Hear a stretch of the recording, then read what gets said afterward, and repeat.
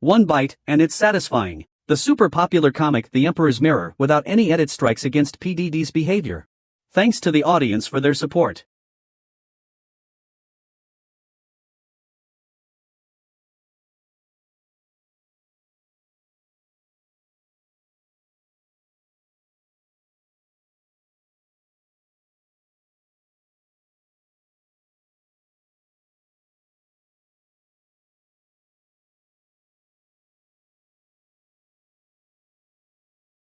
What she's all. The first battle when I first stepped into the world shocked the entire martial arts community. I was even given the title of Demon God. This was because I single-handedly took down 3,000 members of the North Sword Association. You have to know that the North Sword Association was a dominant presence in Jiangzhou. Now, he has fallen at the hands of a young man just stepping into the world. However, 2.5 days ago, the young man was still the supreme emperor, high above. But he was overthrown by his uncle, who seized power. In the face of his uncle's long-prepared army, he had no strength to resist. In the end, he could only flee in haste with the help of his master. His master told him to go to the peak of Mount Tai and hang the imperial plaque on the stone monument. There will appear strange men who once served the late emperor to assist him. After enduring many hardships, the young man arrives at the summit of Mount Tai. Following his master's instructions, he collapses from exhaustion after completing the task. Gradually, he falls into a deep sleep. When he awakens again, 2 white-haired elders are sitting beside him. They are none other than the late emperor's secret guards, the 2 elders of laundry. Huan Lao promised the young man that no matter how long it took, he would surely bring the world back into his hands. However, the young man shook his head slightly, and his words surprised them. It's no longer needed. Rather than becoming a fleeting flower again, it's better to be born as a free butterfly. Since I have completed my mission, I should forget everything and start a new life. Hearing this, the 2 old men washing clothes felt a sharp pain in their hearts. They never imagined the young man had abandoned the thought of reclaiming the throne. At this moment, the old man suddenly approached the young man, staring straight at him. Do you truly wish to forget everything from the past? The strange words and actions of the old man made the youth a bit flustered. He said he was just speaking casually, but if it could really happen, that would be great. Unfortunately, it's just a pipe dream. The old man immediately said that if you truly want it, it's not impossible. He then asked the youth what kind of person he wanted to become. As long as it's someone who actually existed in history, it can be done. After a moment's thought, the youth expressed that he wanted to be a figure from the martial world. A person who can come and go freely, no matter where. This mind shift caused a frown, because if one seeks absolute freedom in the martial world, they can only become the strongest. And if we were to pick the strongest in history, there's only that man. When the heavenly demon heard this name, even Yi Lao's heart trembled. He warned Huan Lao to think carefully, but the young man was very satisfied with it. He immediately decided to become a demon lord. Afterward, Huan Lao prepared everything. The key to this was the soul-devouring shadow technique and 2 demon soul pills. Meanwhile, Yi Lao on the other side was also ready. Injected it with dozens of elixirs and bone-dissolving poisons, reshaping its form. After confirming it was flawless, Huan Lao rang the copper bell in his hand. With a single clang sound, a chilling aura instantly enveloped the area.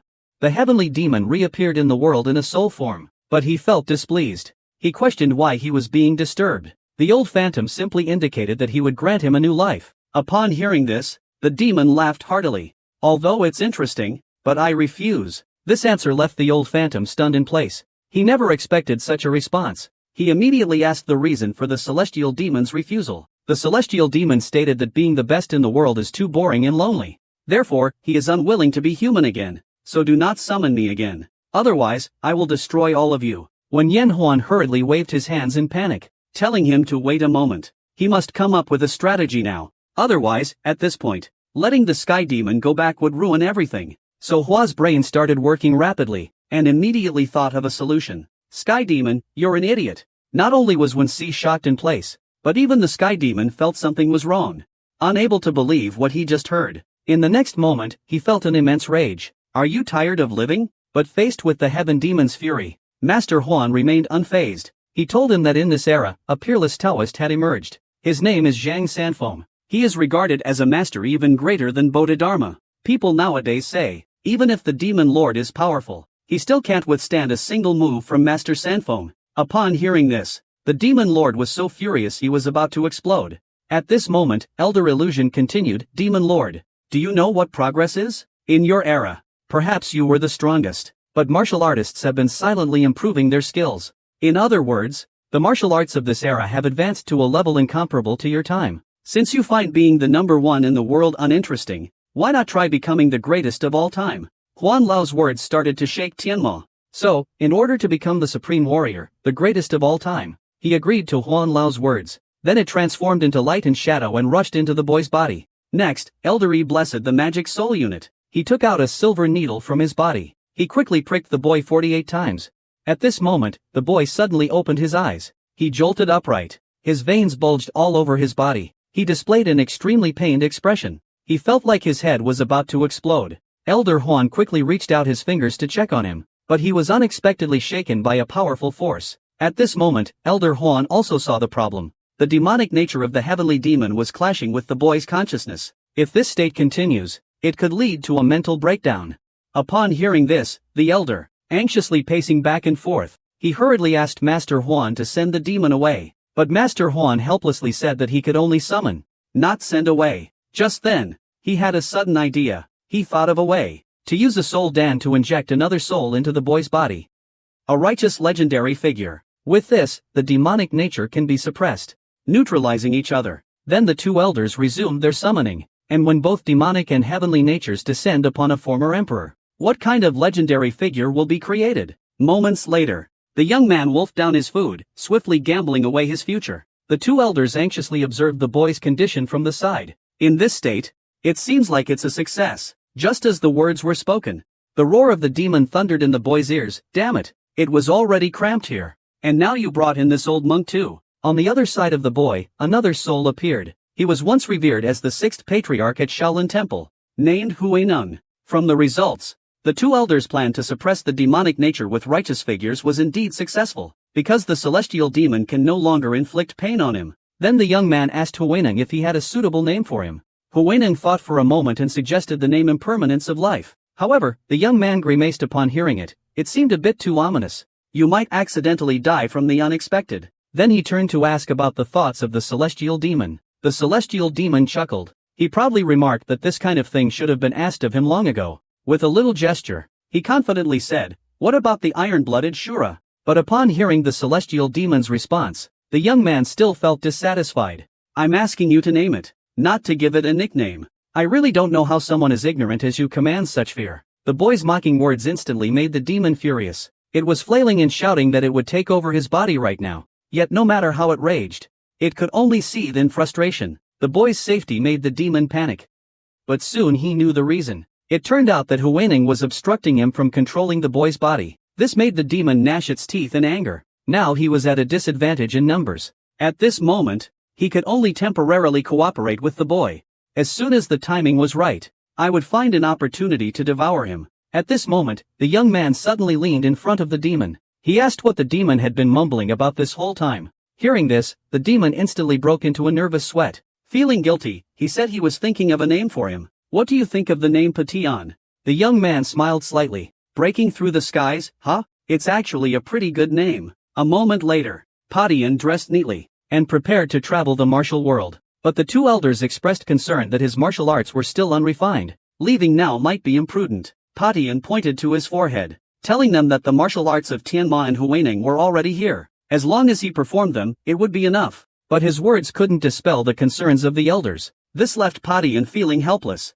He then walked to the base of a large tree. "So what do you think of this?" Potion's gaze sharpened. Red light flickered in his pupils. In the next moment, he clenched his fist. A terrifying aura erupted. With one punch, there was a loud boom. A tremendous force rampaged like a beast unleashed. Then, the two elders looked worriedly at Potion's departing figure. They anxiously wondered if this was really okay. They had thrown such a dangerous individual into the martial world. Meanwhile, somewhere in Jiangzhou, the members of the Beijian Society were besieging a burly man. That burly man is none other than Xia Juanbiao, one of the 7 kings of the demonic path. Besieged by many, Xia Juanbiao is already seriously injured, but his battlefield aura remains undiminished.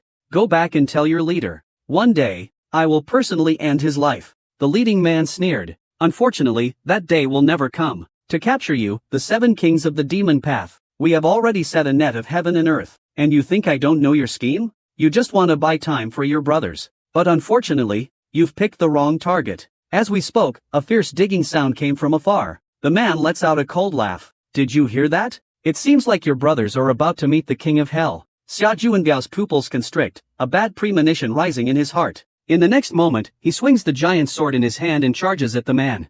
You righteous bastards! Are you trying to wipe out the demonic path? The man smirks wickedly without a word. He draws his sword. He parries the massive sword swung by Xia Juanbiao, then delivers an upward kick, sending him flying. With a backhand strike, he hits Xia Juanbiao's brow with the hilt. Xia Juanbiao, severely wounded, falls to his knees on the spot. The man shows a face full of disgust. So what if you wipe them all out? Things like demonic arts should be completely eradicated anyway. Xia Juanbiao wrote while saying, as long as that adult appears, there's no way you can act so arrogantly. Upon hearing this, the man raised an eyebrow. Are you referring to the Grandmaster of the Demon Path, He Yuzhong? He then leaned closer to Xia Juanbiao's ear and smiled mysteriously. I'll tell you a secret. The Sword King of Beihai and the Death God of Qinghai have also betrayed. Even if he is a Grandmaster of the Demonic Path, what does it matter? Right now, he's probably struggling to save himself. Hearing this, Xia Juanbiao's hope was completely crushed. He couldn't help but tremble. It was hard to believe the reality he was hearing. Then the man issued a command, and the members of the North Sword Society surged forward to attack again. He was ready to end his life. Xia Juanbiao clenched his teeth. His heart hardened. The giant sword in his hand swung fiercely. With a thunderous slash, the Demon Slayer sword technique was unleashed. In an instant, the enemies before him were all cut down. But at that moment, a faint voice came from behind him. I didn't expect you to still have blade energy. He used inner strength. As soon as the words fell, the three figures flashed before him. They unleashed 3 sword slashes. In an instant, they shattered the fierce blade energy completely. Upon seeing this, Xia Juanbiao was shocked. They actually used sword energy to cut through his blade energy. He immediately guessed the identities of the three. They were none other than the 3 swordsmen of Qianshan from the Northern Sword Society. The 3 swordsmen wasted no words. They raised their swords together and assumed a stance. Then, with an invisible web of sword strikes, they launched a swift attack at him. Seeing this, Xia Juanbiao unleashed his final effort. His inner power gathered at his fingertips. It surged like thunder along the blade. In an instant, the thunderbolt blade clashed with the invisible sword web. However, just as they were about to collide, a figure suddenly flashed under Xia Juanbiao. The blade's momentum was halted. In the blink of an eye, the long swords of the 3 swordsmen were disarmed. A clang was heard. Their weapons simultaneously fell to the ground. This sudden turn of events left them in panic. Qi Shuashua stared intently at this uninvited guest. The newcomer flashed a wicked smile. What a bunch of unreasonable guys. I was only watching you fight because it was interesting. I was just observing for a moment. But with such strength, you dare to be so arrogant? The members of the looked serious. He actually took away their weapons in an instant. Who is this boy who suddenly appeared? The 3 swordsmen shouted angrily at Patian. Who are you? Why are you toying with us like this? But Patian calmly replied that he wasn't toying with them. Then he smiled playfully. By the way, uncle, your weapon was taken. Isn't this a great humiliation? Upon hearing this, the man flew into a rage. But at that moment, his companion stopped him, then stepped forward, and clasped his hands in respect, politely asking for his esteemed name. Hearing this, Patian paused, feeling a bit embarrassed, but he still cleared his throat and announced his name. I am the heavenly demon scholar, Patian. The demon beside him heard the name, and immediately burst into laughter. Seems like you really like that name, huh? Hearing this, Patian twitched his lips, feeling a bit embarrassed. He muttered under his breath. The primordial will immediately cause the demon lord to scream in pain. He quickly promised to shut up right away. And this was exactly the scripture the elders had taught to torment the demon lord. But when the 3 swordsmen heard this, it meant something different to them. With a clap of his small hands, he revealed a smile of sudden realization. So it was the primordial will of the demon scholar, Patian. Master Patian was so angry, he quickly corrected his statement. However, the other 3 swordsmen were not pleased. They angrily scolded him for exchanging his life with this person. Then, furious, they walked up to Patian and said, do you think you can look down on us with just that one move? You keep talking about the heavenly demon. So you must be a demonic cultivator. I will destroy you along with this guy. With that command, everyone launched a massive attack on Patian. Seeing this scene, Patian Ning chuckled. He gathered strength in his hands, and struck out with 2 punches at lightning speed. He immediately sent both men flying. But this only drew laughter from Tian Mo, who said, I can't believe you can't even use 50% of your power properly. This remark infuriated Patian. Yet he felt helpless. He could only vent his anger on the little kakas around him. Even the 3 musketeers couldn't stand it anymore. They immediately launched a spiritual attack on Patian. In the moment Patian got distracted, they found an opening. He was suddenly swept aside. A sword struck him. The three musketeers smirked, saying this one belongs to the machete user. The feeling can't be wrong. But the next moment, his smile instantly disappeared. He saw that Patian was holding a small kaka, and his sword had struck right there. Patian, with tears in his eyes, said, "Is it really okay to strike your own people like this? Is it really okay?" He immediately became furious, his eyes wide with rage. He was so angry he wanted to tear him to pieces. But the next second, a large foot stomped on his wrinkled face. In an instant, it kicked him 2.5 meters away. Patian sneered. He completely disregarded them. Seeing this, the three swordsmen were instantly enraged. They glared at him intensely. Immediately, they unleashed their sword techniques and charged toward him with a thrust. Poten easily dodged the strike, then followed up with a heavy punch, sending one flying. He swung a whip kick, knocking down another person. At this moment, Poten's overwhelming power terrified everyone. Just then, the three swordsmen's pupils dilated. They saw Poten lift his head and raise his leg, striking a dramatic pose. Seeing this, the heavenly demon grinned. "Are you going to use that move?" In the next moment, Poten's lifted leg came crashing down. A red storm swept through like a hurricane. This was none other than the heavenly demon's most iconic technique, the Heavenly Demon Legion. Multiple clones of Potion materialized on the battlefield. Each one seemed as real as the original. Upon seeing this, everyone was in disbelief. He started doubting if he was hallucinating. Then he swung his long sword and struck at the doppelganger. One of the three sword masters of Qianshan, would never be fooled by such illusions. Yet his attack was easily blocked by what he thought was an illusion. The doppelganger swiftly dodged to his back and unleashed a heavy punch, seriously wounding him on the spot. Meanwhile, the other clones also began their hunt. The screams in the arena rose and fell. No one could withstand more than 3 moves. The scene instantly turned into a hell on earth. The 3 swordsmen, who had just been full of spirit, were now consumed by fear. The last few remaining were already terrified. He no longer has the courage to resist. He turns and runs for his life. The heavenly demon asks if he won't chase after him. Patiandan expresses that he's a bit annoyed. Let's call it a day for now. When Sisha Jun feels a deep disturbance in his heart, it's just because he's a little annoyed. That's why it ends here for now. The scene before him was already littered with corpses. Blood had stained the land red. Waves of shock surged in his heart. In this martial world where righteousness overpowered evil, an unrivaled master had emerged. He immediately fell to his knees with a thud, begging Heavenbreaker to take him away. All he asked for was to follow by his side. It can be seen that this broken sky has broken out in goosebumps, leaving behind the words, "I don't want you, you long-haired monster," then turned and swiftly fled from here. Inside Kaifeng Prefecture, people gathered together, discussing fervently. A piece of news shocked the entire martial arts world. The Northern Sword Society, with 3,000 people, ruthlessly killed 6 of the 7 kings of the Devil Path during their hunt. Then, the demonic scholar Patian appeared out of nowhere. He single-handedly guarded his blade against 3,000 members of the Northern Sword Society. People were filled with fear because of him. The demon god descended. The martial world might be plunged into another bloody storm. Everyone speculated about his identity. Some said he had a face like a demon. Others said he was a handsome nobleman. But as the main subject of others' discussions, Patian felt somewhat helpless. It seemed he had been drawn into a battle he shouldn't have interfered in. Feeling a bit uneasy, then he thought of that guy from the 3 swordsmen, He Hang. Should he disguise himself?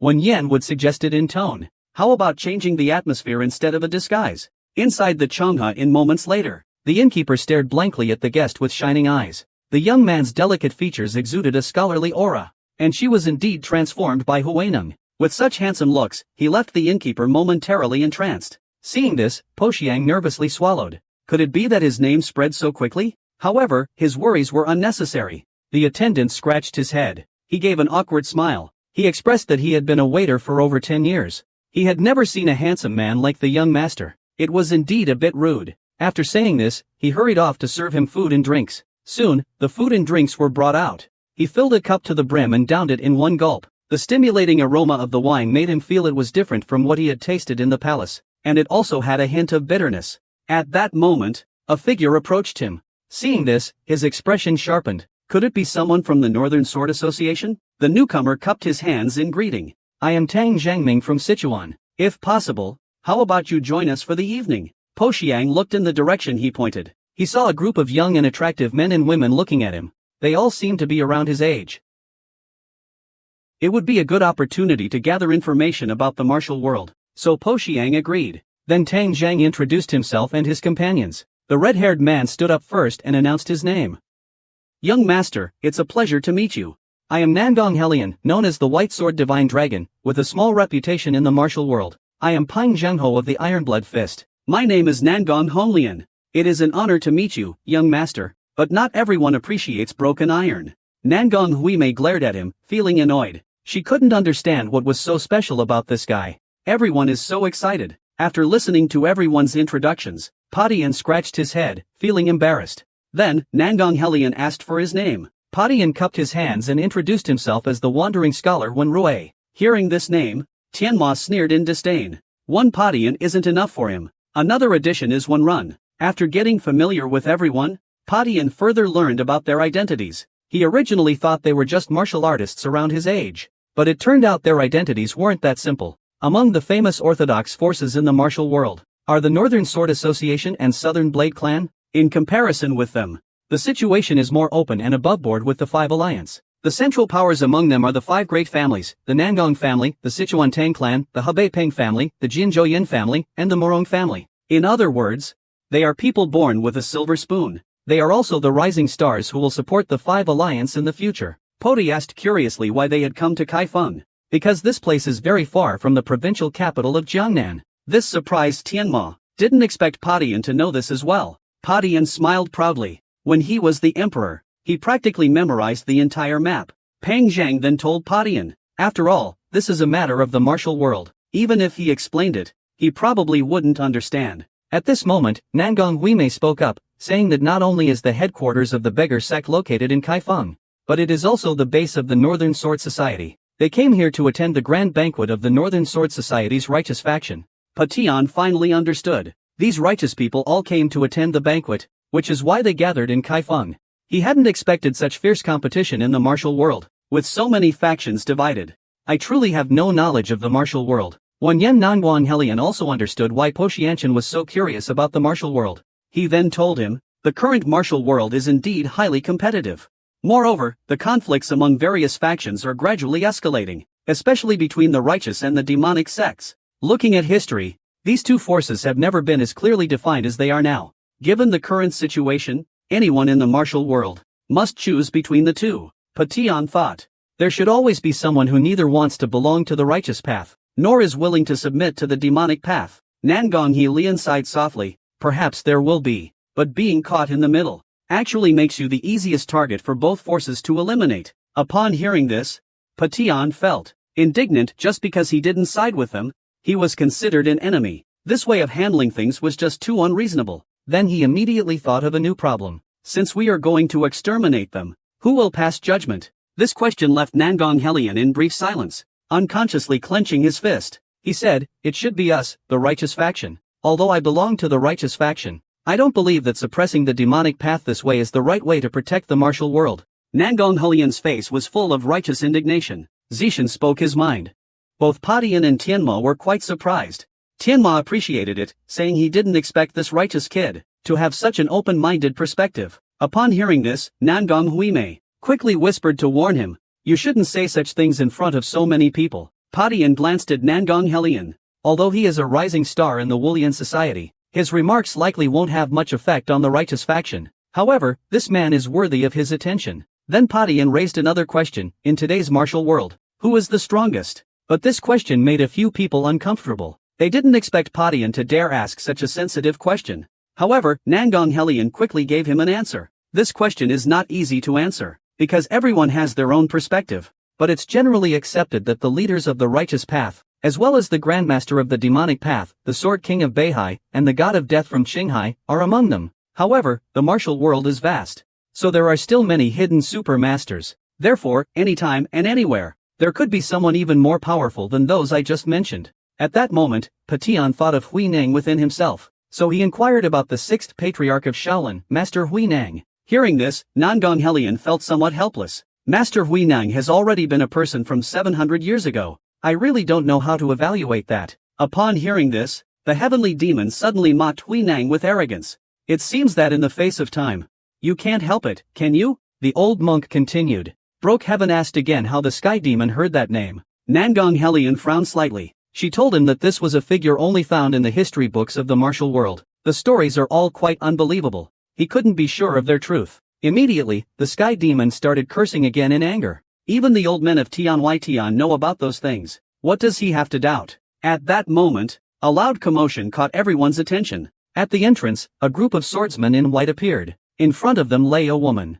Hua Tian immediately recognized their identity. Those clothes belonged to the people of the Northern Sword Society. The leader was none other than Jia Desan, the vice commander of the Northern Sword Society's law enforcement squad. He immediately grabbed the girl's hair and viciously said, "To save your own life, you abandoned your father and fled? What a bold girl." At that moment, a voice interrupted him. It was Nangong Huime, sword already drawn. He angrily reprimanded the crowd at the North Monitoring Council, asking when the Kaifeng Prefecture had become so lawless. How could a righteous warrior openly bully a weak girl who couldn't even fight back? As soon as he said this, it instantly provoked condemnation from everyone present. They all accused them of going too far. In response, however, Jia Desan turned a deaf ear. After releasing the girl, he said, "You actually dare to interfere in the North Monitoring Council's affairs. Are you tired of living?" Hearing this, Nangong Huime sneered, "The name of your Beijian society might scare others, but it will never scare me." Nangong Huime, hearing this, everyone started whispering. No one expected her to be from the Nangong family. Doesn't that mean she's the daughter of the celestial sword god? Upon hearing this, Jade San's attitude also softened. Miss Nangong, not intervening in other sects' affairs, is an unwritten rule of the martial world. Nangong Huime angrily retorted that she wasn't foolish enough to ignore right and wrong. In my opinion, you are trying to kidnap that girl. Jade San helplessly scratched his head. He sighed. Tell them, this is the leader of the demon sect, Xuehu Tianxiu, the daughter of Zuejinjiai, Shui Zhufeng. Because a killing order has been issued against all disciples of the demon sect, he is left with no choice. If you still refuse to step aside now, then we will have no choice but to use force against you. As soon as the words were spoken, a loud laugh erupted. Nangong Helian shouted, "Since when? Has a mere decree from the Northern Construction Association made you so audacious?" The crowd followed Nangong Helian's lead, cracking their knuckles as they stepped forward. Meanwhile, Patian inadvertently followed behind. The tension between both sides grew increasingly sharp. Seeing this scene, Jade-san slightly guessed the identities of the people before him. He asked sharply, "Are you planning to threaten us?" Upon hearing this, Nangong Helian gave a cruel smile. "What if I say yes?" Faced with this aggressive demeanor, Jade-san couldn't help but feel a tremor in his heart. He took a step back and said, "In that case, we can only report this to our superiors." But just as they finished speaking, a cold voice rang out, "No need to report it." A man with a murderous aura walked into the inn. He was the captain of the law enforcement squad, the smiling killer, Jian Nyakshuanzhong. He turned and coldly glanced at the crowd. In the law enforcement squad's dictionary, there's no such word as retreat. Do we really need to report such a trivial matter? Patian squinted slightly, staring at Niu Xuanzhong, this eerie guy who looks like a pair of chopsticks. Then, Niu Xuanzhong asked if they were going a bit too far. If the leader of the 5th Division hears about this, won't he blame the young master? The next head of the Nangong family, protecting a mere demon girl, and confronting the Northern Sword Society. If this matter gets out, it surely won't be honorable. Niu Xianzhong's words immediately took the moral high ground to criticize Nangong Helian, angering him to the point of gnashing his teeth. Lu Xuanzhong stepped forward, saying that if he caused a rift between Beijian Society and the Wulian Association, could the young master bear this responsibility? Then he turned around and gave orders. Surround the place. No one is allowed to leave the inn from now on. After finishing all this, he gave a sinister smile, and pressed Nangong Helian on what he plans to do next. Seeing this, the heavenly demon became furious. From the beginning, these so-called righteous people have always been wolves in sheep's clothing. Patian, just take them down directly. Wanyan Patian smirked. Fighting here, wouldn't that expose his identity? The demon lord didn't care. He suggested just killing everyone present. Do you think this makes sense? At this moment, someone proposed a suggestion. Or perhaps, how about using my martial arts? Meanwhile, Niu Xian aggressively pressed forward without mercy. Have you thought it over? Young Master Nangong. Nangong Helian clenched his fist, unable to stop trembling, but his rationality didn't allow him to act lightly. He could only take a step back. He said sternly, "I want to accompany him, to review the entire investigation process. If even this is refused, we won't let it go easily." At this moment, a wild howl erupted from the cow pen. His eyes were filled with killing intent. This startled Nangong Helian. Even Jia Desan, standing nearby, became nervous, because that expression on the captain's face was one he only showed when he wanted to eliminate someone. Niu Xuan's eyes bulged with rage, and he said grimly, "How dare you rely on your family's power, so unaware of your limits? If you've got the guts, take him away." Then he drew the sword from his back, Everyone was immediately on high alert. They took up defensive positions, but just as they were about to face off, Niu Xuanzhong suddenly let out an evil laugh. Watching you rich boys act so smug really makes my blood boil. He then grabbed the Shuezhu Phoenix sword. He has his throat pinned down. You little girl, you might as well die here. Seeing this, Nangong shouted angrily at Niu Xuanzhong's cunning. Is this how you act? Do you still have the face to call yourself a righteous person? Upon hearing this, Niu Xuanzhong revealed a treacherous smirk. It's indeed a bit excessive to want his life. So how do you feel about this? With that, he tore the clothing of Shui Zhufeng with his long sword. This action instantly enraged everyone. At that moment, a loud shout rang out. I can't take it anymore. He suddenly leaped into the air. With one kick, he sent him flying 2.5 meters. The young man simply displayed his unmatched lightness skill. It shocked everyone present, because it was none other than the Shaolin art, Sky Ladder, able to transcend nature, walking on air. It's hailed as one of the world's top lightness skills, yet it appeared in an unknown young man. This scene left everyone in disbelief, and the arrogant Niu Xuanzhong was suddenly overwhelmed. He couldn't help but speculate about Patian's identity. Who exactly is this mysterious expert who appeared out of nowhere? Patian's face darkened. He coldly stared at Niu Xuanzhong. Then, in a flash, he appeared in front of him. Let the girl go, or today I'll begin a slaughter. With that, a flicker of murderous intent flashed in his eyes. Guo Tianmo let out a sly laugh. Patian's actions made him feel a great sense of relief. Niu Xian, feeling nervous, asked why he interfered in this matter. After all, they are people from the Northern Sword Society. As he spoke, he quietly reached for the parts on the ground. But just as the words left his mouth, Patian swiftly struck him with a heavy blow. Patian sneered and said, I've been saying this from the start. I've heard it countless times. If you don't want to die, let it go now. Yet at this moment, Niu Xuanzhong remained stubborn. Absolutely not. Even if you're a master, I won't yield. The word retreat doesn't exist in our law enforcement team. Before he could finish, Potion's fist suddenly landed hard on him. Then another whip kick swung out, accompanied by a crackling sound. In an instant, the pressure points on his body were sealed.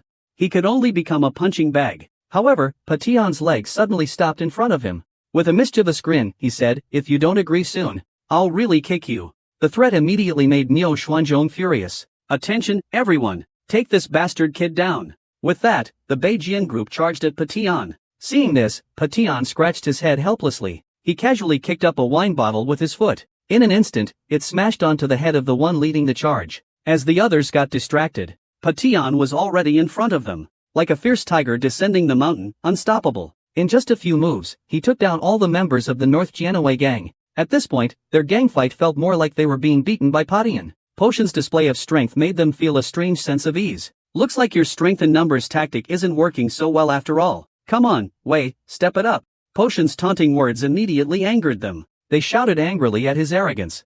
However, as soon as he finished speaking, Patian flashed in front of him. You can only channel your internal strength at your fingertips. With a clang, he was instantly sent flying. Then, without looking back, he struck out behind him at the ambusher. Seeing Patian reveal his martial arts acupoint, Nangong Lian couldn't help but feel a shock in his heart. He watched as Patian began his martial arts showcase. Bamboo leaf hand, cactus palm, and guanyin palm, these are all Shaolin techniques. At that moment, Niu Xuanzhong raised his longsword. With a leap, he appeared in front of Patian. But the next moment, he froze in place. Patian assumed a stance. In his hand, a golden light surged, carrying the force of 1,000 soldiers.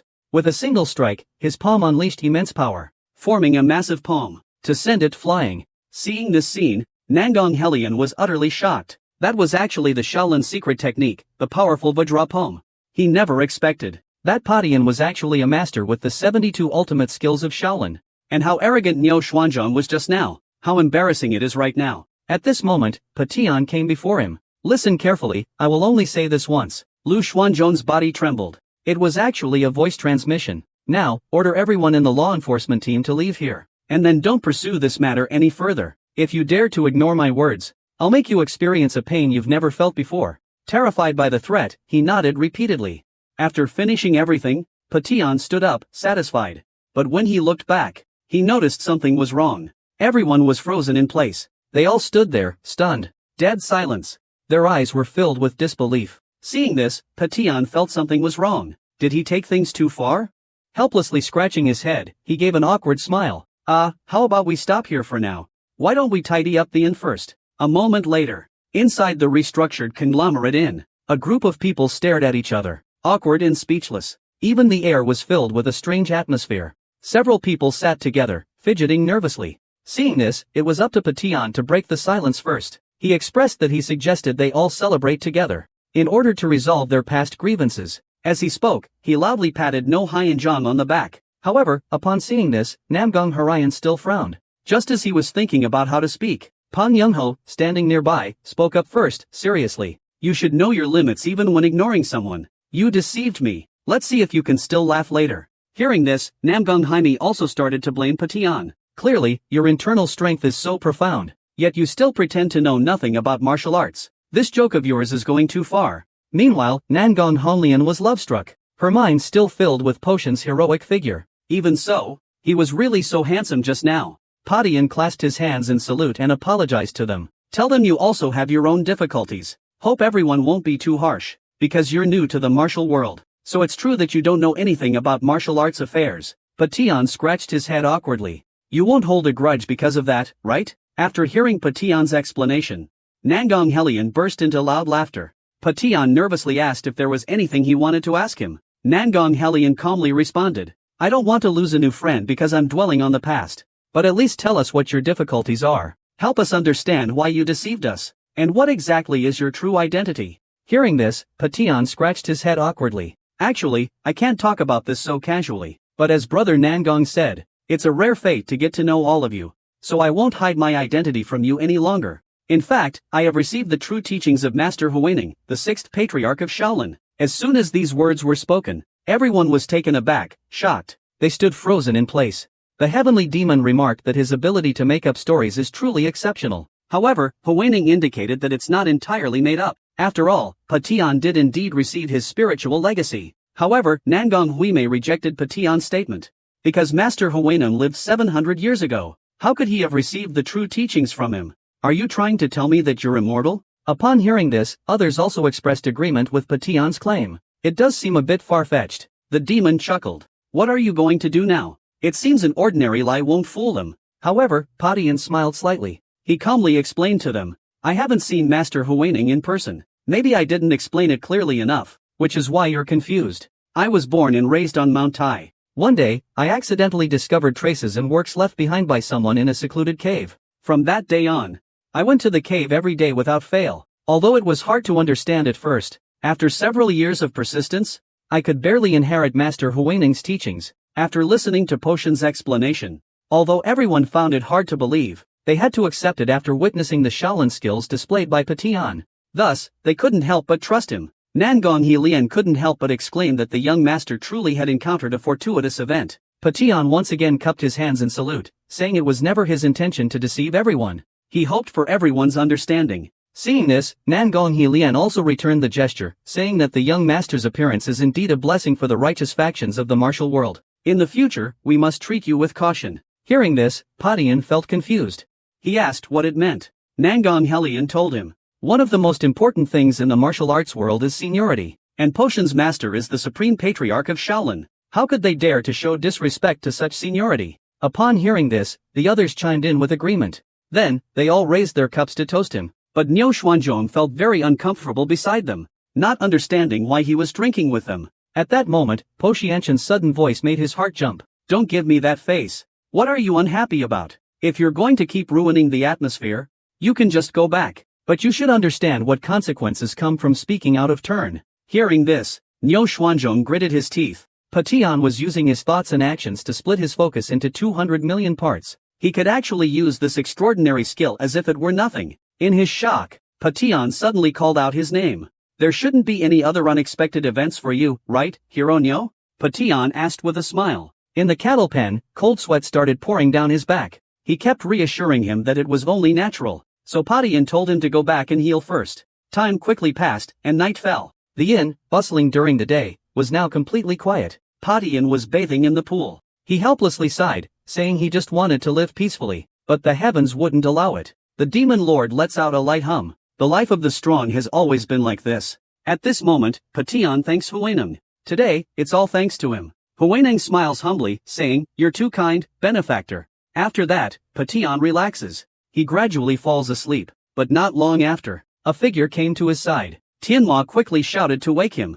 he saw a burly man standing in front of him. It startled him immediately. He focused his gaze. To his surprise, it was Xiao Juanbiao, whom he had encountered on the snowy mountain not long ago. He didn't expect this troublesome guy to have followed him here. Xiao Juanbiao clasped his fists together. In a low voice, he said, "Hero, please take me as your junior brother." The deep voice nearly shattered my eardrums. "You bastard, you actually chased me here." Xiao Juanbiao suddenly patted his chest, indicating that he had already died once. "Since a hero saved me, my life now belongs to you." Patian felt a sweat coming on. What a guy who's truly hard to deal with. On the other hand, Tian Mo actually likes Xiao Juanbiao. He asked if they should consider taking him on as a subordinate. Hearing this, Patian fell into deep thought. Although it was a good option, having this big guy around was just too conspicuous. They should find a place where no one could see. At this moment, he suddenly thought of something, and immediately showed a smile.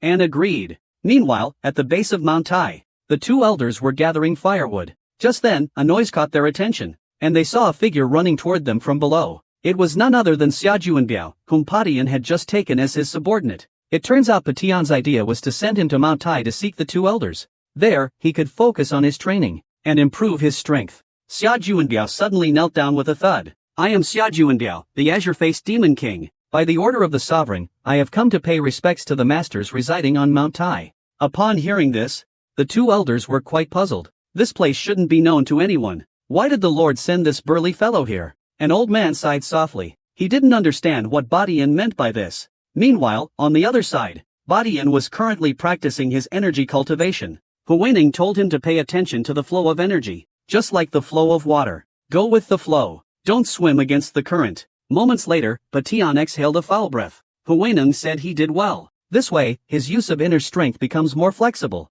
But Tianma scoffed. He said there was no need to practice such basic skills. However, Huining believed building a solid foundation is the most important. The demon asked what Potion's plans were after breaking through. If there were no plans yet, he could help him come up with some. But upon hearing this, Potion scoffed. He stated that he just wanted to live freely, and he wouldn't hold back any longer. Upon hearing this, the demon laughed appreciatively. "You're right, live in the moment. Do whatever you want to do." Indeed, even Huining chimed in. But his words were a bit shocking and rigid. This made Potion's mouth twitch slightly. He felt like he was living with a formidable rogue and an extremely old-fashioned man. He then sat up, telling them, "I'll take charge of my own life." Then I thought about their martial arts memories being transferred over, but the rest of the memories weren't, as if someone deliberately scrambled them. How can it be made more complete? The demon said. When his inner strength or cultivation matures, the memories will naturally become more complete. If he can acquire the internal power of 60 Jiazi, he will be able to merge them into one, and there are other wonderful uses as well. At that time, he will be able to use the Geeki technique to temporarily act on his behalf. It might even set us free. At this moment, the demon secretly smirked, because by then, he could take the opportunity to seize Patian's body. Upon hearing this, Patian asked what set free meant. The heavenly demon felt guilty, and tried to cover it up by saying they could reincarnate, or enter the bodies of others. Patian looked at the heavenly demon, deep in thought, wondering how much truth there was to his words. Late at night, Patian fell asleep in his room. At that moment, the heavenly demon shouted loudly, waking him up. "Tell him someone is approaching the house." As soon as the words were spoken, the door was opened. There stood a woman in red at the entrance. The boy's first display of his remarkable abilities had unexpectedly won the girl's heart. She even paid him a late-night visit to express her feelings. However, Patian was completely unaware of this. At that moment, he was nervously staring at the doorway. Could it be an assassin sent by the Northern Council? But when he saw who it was, he was stunned. Standing at the doorway was Nangong Honglian, looking graceful. Patian stared blankly at Nangong Honglian, unsure of the reason for her visit. Nangong Honglian's face blushed slightly, as she smiled brightly at Patian. Then, she made a shocking move. He suddenly took off his coat, then leaned over onto Potion's bed. The scene startled Patian, making him shudder. Nangong Honglian slowly confessed her love to Patian, saying, "From the first moment I saw you, I felt we were destined to be together. Afraid of missing my chance with you, I felt I had to summon the courage to confess my love to you." Upon hearing this, Poxiang was immediately at a loss, cold sweat pouring down. Meanwhile, the demon watched the excitement, laughing heartily. "You kid, you're quite lucky. This is truly a good thing." But Huining sternly warned him that this matter was absolutely unacceptable. Just as Poxiang was pondering, Nangong Honglian leaned closer to him, her face radiating a shy blush. "It's mesmerizing." However, Patian mercilessly shattered this beautiful scene. He couldn't help but laugh. He said, Miss Honglian, you're putting me in a tough spot. Please go back. Potion's words were like a bucket of cold water poured over Nangong Honglian. Tears of grievance welled up in her eyes. Young master, why are you so heartless? Is it because you don't like me? Patian awkwardly explains that it's not what she thinks. He's merely a newcomer to the martial world, so he doesn't deserve her at all, but he appreciates her feelings. Hearing Patian's explanation, Nangong Honglian feels helpless. But I still understand Potion's intention. Surely, young master must have great ambitions to step into the martial world. Since that's the case, I will take my leave for now. But speaking of this, he paused for a moment, and gave a tender, enchanting smile. Though this time, I can obediently go back. But I will never give up on the young master. When Yan's heart, which had just relaxed, was immediately tensed again. He could only stiffly and helplessly hold on. After Nangong Honglian left, Po Xiang sighed in relief. The demon of heaven felt regretful. You are really an idiot. Don't you understand the saying about heroes and romance? But Huining said that he did very well this time. Then Patian stood up, and prepared to go outside for some fresh air. A moment later, Patian was soaring through the night sky. With each step, he emitted bursts of dark, violent sounds. This was the demonic power of the sky demon's flying technique. Patian recalled what the two elders had told him before he left. So he had to meet someone. This is precisely why he came to the Kaifeng prefecture. Soon, Patian arrived at the Guandi temple, and the beggars' gang headquarters is located here. In the next moment, two figures rushed toward him. In an instant, they pressed a dagger against his throat. Patian's gaze turned to their waists. Members of the beggars' gang use markings on their waists to identify themselves. This was evident from his conversation with Nangong Helian during the day. The identity of the second generation is equivalent to the eyes of the beggar clan. The one-eyed man questioned fiercely who Patian was. What brings you here? Patian responded with a laugh, I am Xingwen. I have come to visit the former leader of the beggar clan, Feng Qianhu. Upon hearing this, the two hurriedly flew away from Patian's side. With looks of panic, they quietly asked, May I ask if you are the legendary hero, the jade-faced dragon? Upon hearing this nickname, Patian was very surprised, but he still admitted his identity. So the two confirmed with Patian again. If he was the one who had a conflict with the Northern Supervisory Council at the Changha building. Patian confirmed this. At the same time, he couldn't help but sigh that it really was the beggars' sect. They say their spies are hard to identify, but they truly know everything. After a while, Patian was brought to the beggar sect's reception room. The person receiving him was a third-generation man. After some polite exchanges, the man asked Patian why he was seeking their supreme leader. Patian reached into his chest, flipped his palm, and handed him Huangju's token. Please give this to him for me. He will naturally understand why I have come. And the man just took one look, then immediately agreed without hesitation.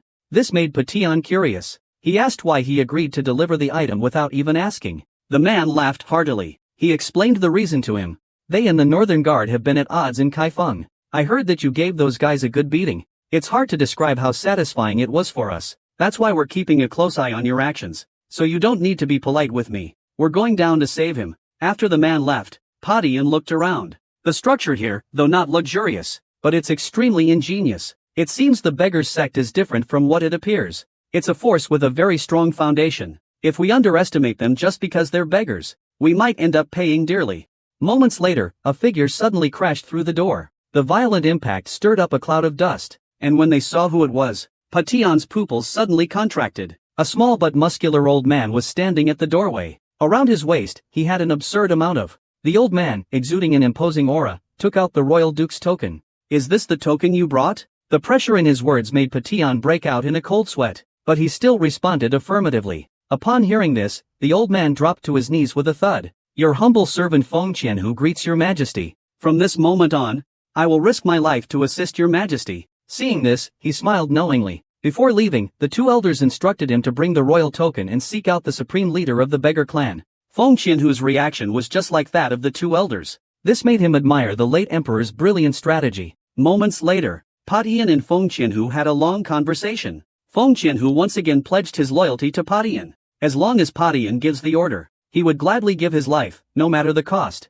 But Patian laughed heartily, and declined his offer, saying he no longer wished to be involved in political affairs. Besides, his uncle was the true hero of this era. So I don't want to continue the bloodshed. Wenyan Feng Qianhu also understood Potion's thoughts, so he asked him what his next plan was. Patian stroked his chin lightly. He seriously shared his thoughts. Though I've let go of the underworld, I can't just fall into despair.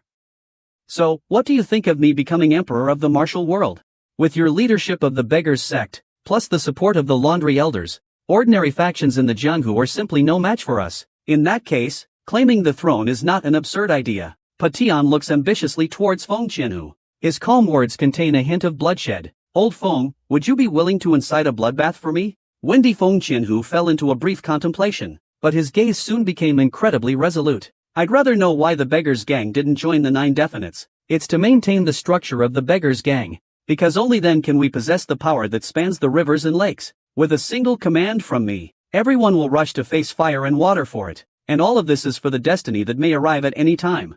As long as the monarch gives an order, even if it is an unjust act, we will absolutely obey. Feng Qianhu's crazed words filled Patian with horror.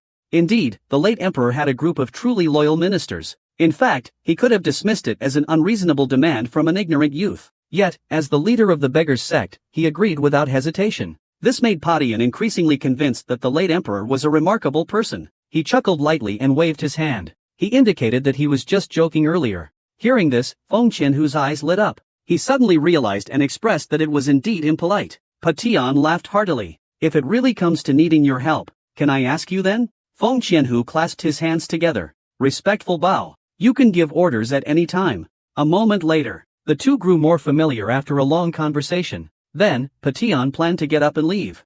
But Feng Qianhu called him back. Then he walked to a spot. He pressed one of the mechanisms. With a rumbling sound, a scene filled with countless treasures appeared before me. Among them were weapons that sent chills down one's spine at the mere mention of their names, as well as treasures that once thrived in glory. Then, Feng Qianhu took Patian deeper into the treasury.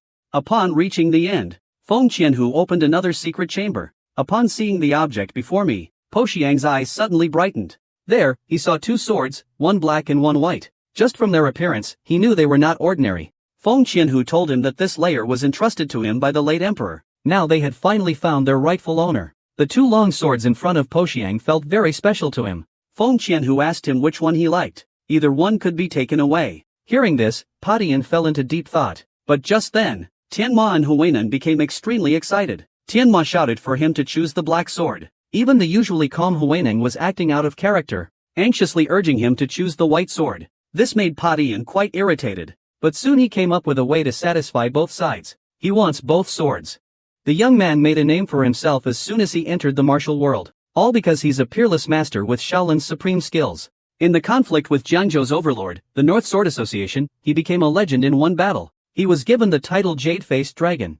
His name resounded throughout the martial world overnight. Even the beggar sect's supreme leader, one of the martial world's top forces, was willing to lay down his life for him, without hesitation, even offering 2 unparalleled swords to him. The black sword was once wielded by the martial world's #1, Tianma. The white sword was crafted by a renowned general from the stock market, known as the Ganjiang sword. It is also referred to as the sword bestowed by the emperor. After obtaining the 2 swords, Poshant returned to the inn. The Nangong group had been waiting here for quite some time. He asked where Poshant had gone. Patian chuckled and said he was going out for some fresh air. Nangong he gave him a sharp look. He noticed the dazzling sword at Poshant's waist. At the same time, Nangong Huimei also noticed it. Her eyes widened as she curiously asked, "Where did you get 2 fine swords overnight?" Hearing this, Patian broke into a sweat and tried to cover it up, saying they were just something he acquired by chance. "They're not anything special," he added. But clearly, Nangong Huimei doesn't think so. She stared intently at the sword hanging by his waist. "Why does it look like such a powerful sword to me?" At that moment, as the tension grew, someone loudly announced that the tournament was about to begin. It was time for them to depart. Soon after, Namgong Helian invited Patian to go with him. It's said that Master Jikong from Shaolin will also attend this tournament. Then the group headed to the grand banquet of the righteous path. Nangong Helian chuckled softly, saying that he was really startled. He didn't expect Patian to get the nickname Jade-Faced Dragon so quickly. His reputation has already shaken the entire Kaifeng prefecture. It seems that many will pay attention to him at this conference. Patian slightly shook his head and smiled humbly. Such high praise really makes me feel uneasy. Nangong Holian secretly sent a flirtatious glance from the side.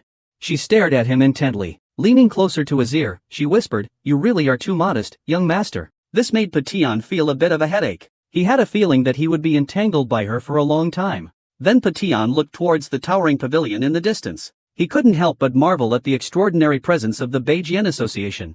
It truly was the legitimate overlord of Jiangbei. They are different in nature from other sects. It is the largest sect among the 4 righteous factions. Under the leader, there are 3 protectors. Directly under the protectors are the Guardian Hall, Demon Sword Hall, Blood Sword Hall, and Thousand Sword Hall. Below them are the Strategist, General Supervisor, and the Iron Cavalry Corps under the direct command of the General Supervisor. Additionally, the General Supervisor manages the Law Enforcement Team, Sand Shadow Team, and Flying Shadow Team. The total number of members exceeds 5,000.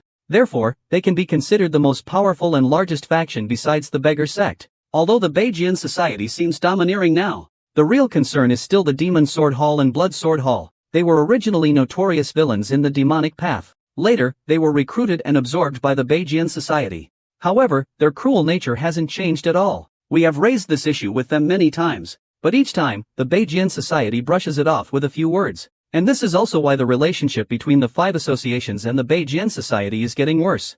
At this moment, Tang Zhengyu leaned in and whispered into Potion's ear, saying that the Beijian society spent 100,000 taels of gold to build this pavilion. Hearing this, Patian was shocked. Where did they get so much money? Nangong Helian told him, the main source of Beijian society's income is the transportation of marked goods. In addition, they also run inns, restaurants, gambling houses, banks, and so on. As he said this, Nangong Helian glanced around, then leaned in close to Patian and whispered, this is why the demon path sees them as a thorn in their side. Because these industries were previously controlled by the demonic sect. Upon hearing this, Patian sighed and said that if the demonic sect were eliminated, taking over all of this would indeed bring in considerable income.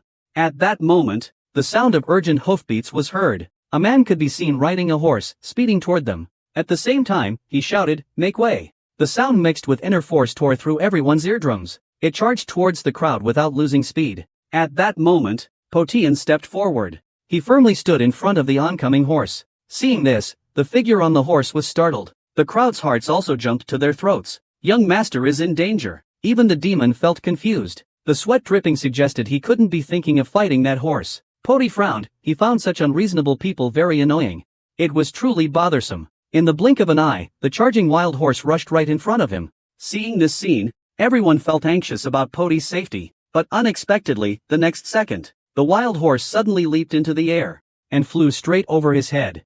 This left Patian shocked, standing still in place, locking eyes with the masked rider on the horse. The wild horse then landed steadily, and in the dazed stares of the crowd, galloped away. At the same time, Nagong Huime's mocking laughter reached his ears. Go ahead, try to stand out. Looks like you really embarrassed yourself now. Even the demon is laughing at him alongside Nangong Huime. The weather is terrible, it shows that the indoor guy is too impressive. That kind of horsemanship is extremely rare even in the army. I didn't expect that in this unfamiliar world of martial arts, there would be someone who mastered such impressive riding skills. Speaking of which, the weather suddenly changed. He glanced in the direction where the figure left, and that guy just now was actually a woman. She openly rejected the proposal from the Northern Examination Association. This left the martial arts community in shock. It's because she is the highly respected Chief Zen Master of Shaolin. As the righteous assembly hosted by the Northern Examination Association began, Patian and the others also arrived at the entrance. But the throngs of people made their wait unbearable. Just then, Patian's eyes lit up. He smiled lightly and told Nangong, they don't need to queue anymore. Just as Nangong Helian was puzzled, he raised his voice and shouted loudly in a certain direction, here on yo. That familiar voice reached Niu Xian's ears, making him jump in surprise. Damn, how the hell is this brat here too? At the same time, Potion transmitted a message for him to hurry over. He immediately ran over with a spring in his step, though he had already cursed Potion 100 times in his heart. But on the surface, he still greeted him warmly. Potion placed a hand on the shoulder of the heroic Niu Xianzhong. I wonder if you could be flexible. The line is so long. I don't know when I'll have to wait until. While speaking, the pressure in his hands gradually increased. This made the corner of Niu Xian's mouth twitch. Well, if I don't agree, I might end up getting another beating. He immediately smiled respectfully. Of course, I can do that. Gentlemen, please follow me. After a while, Niu Xianzhong led them into the Shielding Pavilion inside the attic. Meanwhile, next door, 2 people were sizing up Patian. Is this the kid? He looks like nothing more than a greenhorn. It seems Niu Xianzhong and the law enforcement squad are far from what they used to be. To think they were humiliated by such a brat. Just then, a voice came from behind. Is that little devil the jade-faced divine dragon? How bold! To do something like that and still dare to come here as if nothing happened. Hearing this, the 2 were taken aback. They didn't expect the master to come here personally. Then he continued unhappily, we already suffered huge losses because of that guy called Patian. Now everyone in the martial world is starting to underestimate the North Sword Society. So I can't just stand by anymore. Bring that guy to me quietly. Since he's the one who disgraced the Northern Sword Society, he must pay the price. Soon, the righteous warriors of the martial world gathered. Amid the murmuring crowd, a representative of the Northern Sword Society took the stage to speak. This conference was mainly to discuss two matters. First, to eliminate threats to the righteousness of the martial world. Second, to promote talents capable of taking on important responsibilities. Before the demonic sect can once again bring chaos to the martial world, we will uproot them completely and eradicate the threat forever. As soon as the words were spoken, the crowd erupted in cheers, proud of their honor. But after hearing it, Potion frowned slightly. Are they trying to completely eradicate the demonic path? Is that why they're gathering righteous people here? Potion asked Nan Gonghulian who this speaker was. Isn't it a bit too blunt for him to speak like this? This is Zhao Tian, the strategist of the Northern Alliance. Though he speaks harshly, no one dares to oppose him, because they may have already bribed some influential sects in advance. Now their proposal is just a formality. If there's any variable to consider, it depends on how the other righteous clans will choose. At this moment, Zhao Tiani called out again, asking all martial artists to carefully consider our proposal. At the same time, the members of the Northern Inspection Society also shouted for a crusade against the demonic path. Seeing this, Patian felt at a loss for words. These people are truly ridiculous. Even the demons mockingly remarked it was like watching a staged performance. But just then, a figure stepped forward. Seeing this, Zhao Tiani was taken aback. A monk in a robe approached. At the same time, Patian keenly noticed something. The atmosphere at the scene suddenly changed. He is none other than Master Jikong, the head monk of Shaolin Temple. He also represents the Nine Orders Alliance. Master Jikong said to the crowd, I have carefully listened to the Beijian Society's proposal. However, I have a different opinion. As soon as these words were spoken, everyone's eyes widened in surprise. Then Master Jikong continued, while it's undeniable that the Beijian Society has the martial world's best interests in mind, but everything must follow its natural course. The demonic path is acting cautiously now. There's really no need to provoke them further. Only when the demonic and righteous paths maintain balance will there be true peace in the martial world. Even during the dark times when the demon ruled long ago, it was because they had a bit of magnanimity that the righteous path could continue to this day. Since even the demonic path is like this, we, who claim to follow the righteous path, should be even less likely to make such mistakes. Therefore, Shaolin and the Nine Orders Alliance opposed the proposal to form the Northern Alliance. As soon as these words were spoken, a commotion immediately arose at the scene.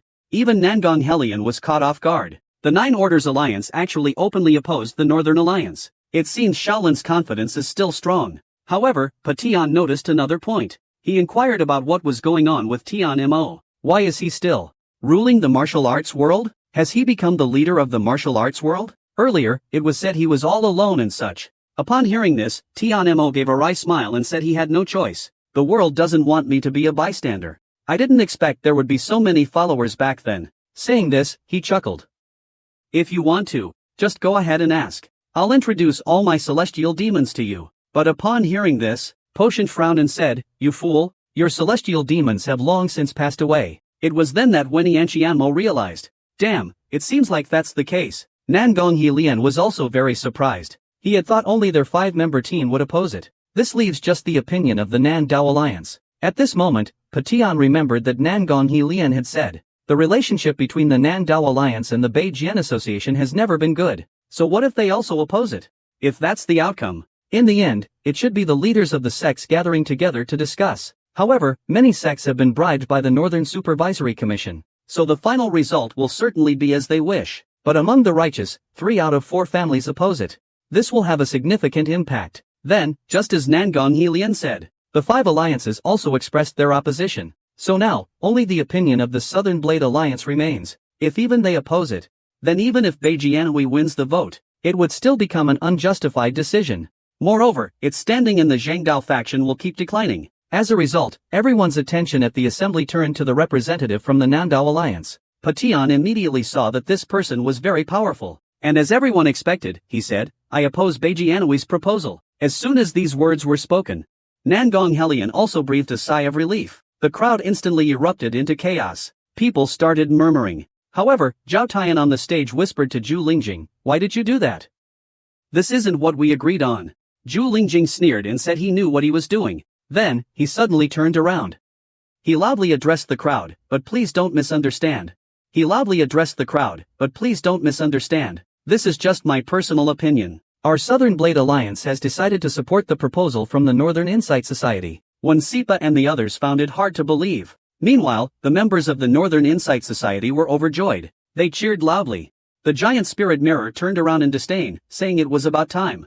Then, without looking back, it strode away. This made Zhao Tian seethe with anger, cursing the damn bastards in his heart. Why go out of your way to scare others unnecessarily? Patian asked Nangong of the Southern Blade Alliance in confusion. What do you mean? Both opposing and agreeing at the same time. But even at this point, Nangong Helian was also at a loss. He never expected the Southern Blade Alliance to agree with Beiji Anhui's proposal. The current situation is truly one where some rejoice while others worry. As the Right Path Conference concluded, everyone began to leave the venue. Patian curiously asked if the assembly was already over. Under normal circumstances, shouldn't those with differing opinions get on stage and fight? Nangong Helian laughed heartily. He told him that not all martial artists are that unreasonable. If you think so, you'll be greatly disappointed. However, Tianma agreed with Potion's thoughts. After all, in the end, there can only be one way in the martial world. The strong survive. The weak perish, survival of the fittest. Only the strong endure. This is the unchanging truth. Then Patian asked, what will happen next? Right now, isn't the opinion of the righteous four evenly split, 2-2? It depends on tonight's vote from the righteous sects. The result will determine whether to wage war on the demonic path. But just at this moment, someone from the Northern Sword Association came up from behind and asked who was Jade-Faced Dragon. Patian replied that it was him, asking what the matter was. The man, in a commanding tone, indifferently, said, the leader requests your presence. Come with us. Upon hearing this, Peng Zhang was very displeased. Who invites people so arrogantly like this? Not even giving a reason. Isn't that too rude? However, the man's gaze turned cold. He told him not to meddle. That's the order of the leader. Angry, Peng Zhang was about to go confront him with his fists. But Patian stopped him. It looks like the master is urgently looking for me. But with a group like yours coming to invite me, even if I don't want to go, you'll forcefully take me away. Patian's mocking words instantly angered a few of them. You're really an unreasonable young man. You better think carefully about where you are. Watch your words, or trouble will come. In response, Patian showed no fear. He mocked those daring to come here. Who wouldn't know that? Just as tensions were rising, a voice interrupted them. Seeing who had arrived, everyone looked surprised. It was none other than Master Zhikong from Shaolin. Amit Ba. I've heard that one of my martial granduncles is here. Who might it be? He inherited the teachings of Master Huineng. Within the young man coexist three supreme identities, a peerless emperor who commands reverence, a murderous demon who strikes fear into the hearts of all, and a graceful young noble as elegant as jade. But when all three identities exist in one person, what kind of legend will be created? Just as tensions rise between Patian and the Beijing assembly, Shaolin's chief Zen master, Master Zhikong, appears, interrupted them, and pointed out to ask who his master uncle was. This statement not only shocked everyone at the Beijing meeting, but even Patian was stunned, frozen in place. He never expected to be considered his master uncle. Then Master Kong explained to everyone that he had heard the hero's martial arts originated from Huineng, the sixth patriarch. If that's true, then he would indeed be our master uncle. Upon hearing this, Nangong Helian suddenly realized. Because Master Huineng is the patriarch of Shaolin, and Patian is equivalent to his direct disciple. In other words, his status has become the highest in Shaolin. But just then, the movement in the air paused, and a terrifying sound erupted like a surging tide. The cold, harsh voice sends a chill down one's spine. But if you're using the name of the sixth group just to gain false fame, it will be seen as an insult to Shaolin. I will make you pay for it. The overwhelming pressure made Patian furious. But in the next moment, he regained his composure. With a cold sneer, he said, then how do you want me to prove it? He said that the momentum within him erupted like a tiger descending a mountain. Instantly, Master Zhikong's pupils constricted. Po Xianqian chuckled softly, can I demonstrate my skills here now? The overwhelming momentum spread out like stones scattering. But Master Zhikong only smiled lightly, though he also wanted to do the same. He still had the key on him. So for now, he just wanted to say hello. The matter of verifying martial arts will take place here at this temple. Is it possible to use classical language?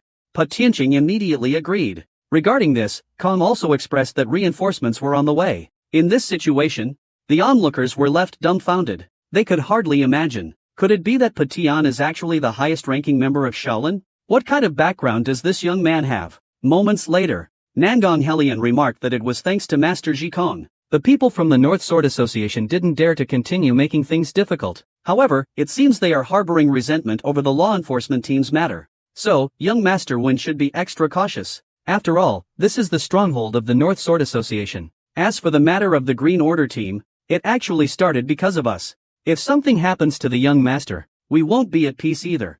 Patian gave a light laugh, telling him not to worry too much. And on the road, Patian fell into deep thought. The Emperor, the heavenly demon, the scholar, the breaking sky, the jade-faced divine dragon, when run. These three identities maintain a wonderful balance within him. In contrast, the current balance of the martial world has been disrupted. Perhaps this marvelous balance is the future he is creating in the martial world. At night, he lies bored on the rooftop waiting for the voting results. Just then, a figure suddenly flashed by, light as a swallow, swiftly darting between rooftops. Upon seeing this, Patian thought to himself, such incredible lightness skill. This is the heart of the North Sword Society. Who could this person possibly be? Thus, Patian immediately decided to chase after them and find out. I saw the man with a graceful posture, skillfully moving forward in the shadows. Such lightness skills are truly impressive. His martial prowess is definitely above the bull circle. While following all the way, Poten arrived at the 9th floor of the Beijian Society. This building is called the Divine Sword Pavilion. And in the martial world, only 2 swords are known as divine. One is Nangong Hui, the current leader of the 5 Union Society, also known as the Celestial Sword. The other is the master of this pavilion, the leader of the North Sword Society, the Supreme Sword Dugu Hentian. He is the youngest leader among the 4 great righteous clans. Some in the martial arts world even call him the Sword Emperor. As the saying goes, a tiger father begets no weak sons. His father was the previous leader, the unparalleled martial arts master, Emperor Qianlong Dugujin. But after passing the position to Dugu Hentian, he quietly disappeared. Rumors in the martial world say that Emperor Qianlong personally taught Dugu Henshin's son somewhere. That son is his grandson, Xinglong Flying Sword Dugu. But regardless of the rumors, Dugu Hentian, as the leader, has now perfectly mastered the Northern Sword Society. A shadow slips into a pavilion. This is the embroidery hall. The luxurious decorations all showcase its grandeur. Patian can sense that dozens of people are lying in ambush nearby, and they are all formidable experts. It seems they are guarding an important person inside. But there is also another possibility. That is, they are watching over a prisoner. The moment he thinks of this, Patian becomes even more curious about what is inside. But what troubled him was that if he was discovered by accident, he might be treated as an intruder. So he asked the demon if there were any powerful techniques to help him enter without being noticed. However, the demon was speechless upon hearing this. Isn't the stealth technique you're using right now enough? But if you approach the experts like that, you should still be discovered, right? The demon lord sneered, you're underestimating my martial arts too much. Try channeling all your inner strength into the heavenly demon stealth technique. Hearing this, Patian immediately did as he was told. As he poured in all his years of inner strength, pushing it to the limit, his entire being transformed into a gentle breeze, merging with the void. He could pass through any gap, no matter how small. Even the vigilant masters couldn't sense his movements, even with their eyes wide open. All they could feel was a faint breeze passing by. With that, Patian successfully entered the room. And the man in black also arrived here. He then respectfully greeted the person ahead. When Patian focused his gaze, his face instantly flushed red. He saw a stunning beauty, as exquisite as jade, emerging from the water. She gently brushed her hair, and asked how the investigation was going. Don't hide anything, tell the truth. After a brief silence, the man in black slowly spoke, the young master of the Sword Alliance. He's a lustful scoundrel, killing without blinking, leaving countless women of the Blood Moon dead. The people in the nearby villages all curse his name. Hearing this, the woman seemed to have expected it. It seems he really is the scum everyone says he is. Then the woman raised her hand, sighed slightly with sorrow, and said, but what can I do now? Though it was a marriage arranged to ally with the Blade Alliance, it's fair to say I was sold off by my father. And on top of that, he's that kind of scum. Upon hearing this, Potia understood the woman's identity. It seems she is the daughter of the president of the Northern Inspection Committee. So this is the reason for the Southern Blade Alliance's unusual behavior. They actually formed an alliance through marriage. But Po Xiang only heard a few sentences. He already knows her betrothed is a scoundrel with terrible character. Yet the president of the Northern Inspection Committee, in pursuit of his ambitions, is willing to marry his daughter off to such a person. Then the woman told the man in black to go back first. She wanted to be alone for a while. After the man in black left, the woman collapsed weakly into a sitting position. Then she began to sob sorrowfully. Seeing this, Potion's heart was instantly deeply moved. He couldn't help but clench his fists. He deeply empathized with that sense of powerlessness, because he had once fallen helplessly into the river of fate, drifting aimlessly with the current. All he could do was cry and desperately pray for a sliver of hope. But fortunately, he still had a miraculous chance to escape his misery. So Patian immediately made a decision. This time, he would be the one to save him. Then he withdrew the celestial demon advance technique and revealed himself in front of the woman. The sudden appearance of the mysterious man startled her. Just as she was about to angrily question him, Patian quickly sealed her acupoints. In an instant, she could hear but not speak. "I can't move. Miss Patian," I greeted him to reveal my identity. "Pardon me, miss. My surname is Wen, known in the martial world. People call me the Jade-Faced Dragon. Tonight, I was simply chasing the Night Stalker. I ended up here by chance. I have no intention of harming you. I happen to hear the young lady's troubles, so I want to help you. I'm going to unblock your acupoints now, but you have to promise me not to scream." Upon hearing this, the young woman blinked her eyes to show her agreement. Then, she began to unblock his acupoints, but in the next moment, the woman swung her jade hand towards his face. However, Patian instantly sidestepped to avoid it. The speed was so quick that she couldn't help but feel surprised. Patian, sweating, wondered if he should have just taken that slap. At this point, the woman also calmed down. "Zhao," he asked if she knew what she was saying. In response, Patian once again clasped his hands in apology. Her behavior was indeed a bit extreme. However, she genuinely wanted to help the young lady. Clearing his throat, he said, "Excuse me, miss, could you please get dressed first?" The young woman hurriedly and flusteredly tidied up her clothes. Then, blushing, she asked how he could help her. After a moment of thought, he replied, "As you wish. No matter what you need to say, whatever it may be, I will do everything in my power to help." Hearing these words, the woman stared intently at the man in front of her. Who exactly was he? And why did he want to help a complete stranger? Nevertheless, he managed to enter the Xiuhua Palace. It just shows it's not an ordinary dance. Can she really trust the man in front of her? But in the next moment, she suddenly lets out a silly laugh. She self-mockingly admits that just now she was hoping to grab a lifeline. Yet when a lifeline falls from the sky, she hesitates here. It's truly ridiculous. But are you really a sturdy rope or just rotten straw? Just leave it for now and confirm it later. My name is Duga Xuelan. If you can help me leave the North Sword Society, I will be forever grateful to you. Wen Yan immediately agreed without hesitation. He reached out his hand to take her out right away, but Duga Xuelan shook her head, saying it wasn't possible right now. Come back here at this time tomorrow. Meanwhile, on the other side, something unimaginable was happening. Nangong Honglian arrived at her room, only to find it completely empty. But they had clearly come back together, so she checked in every little while. After waiting anxiously for a long time, she couldn't help but feel worried. A bad thought spread in his mind. Could it be that Beijian is going to make a move against the young master? Thinking of this, he immediately hurried to inform Nangong Hanyang. Upon hearing this, Nangong Hanyang's expression changed drastically. He quickly confirmed it with him multiple times. In response, Nangong Honglian nodded repeatedly like a chick pecking at rice. Seeing this, he felt an immediate sense of panic and unease. Regretted not paying more attention, even though the hostility from that group was already obvious. But I overlooked that they wouldn't back down so easily. It was a huge mistake on my part, which may have caused Master One to meet with misfortune. At the thought of this, his face grew even darker. He needed to inform the Wulian Association immediately. He was missing for just 2.5 hours, yet it has caused panic among the major forces in the martial world. Even the legendary elder of the Beggars sect has issued a stern warning to everyone. If the jade-faced divine dragon meets with misfortune, even mobilizing 100,000 Beggars sect disciples would inevitably wipe out the Northern Sword Society. While Patian was meeting with Dugu Xuelan at the Divine Sword Pavilion, his departure was regarded as a disappearance by the Nangong group. I highly suspect that he has fallen victim to the Northern Sword Association schemes. I quickly informed the top experts of the Five Alliance about this matter. I also notified Zhou Dinglian.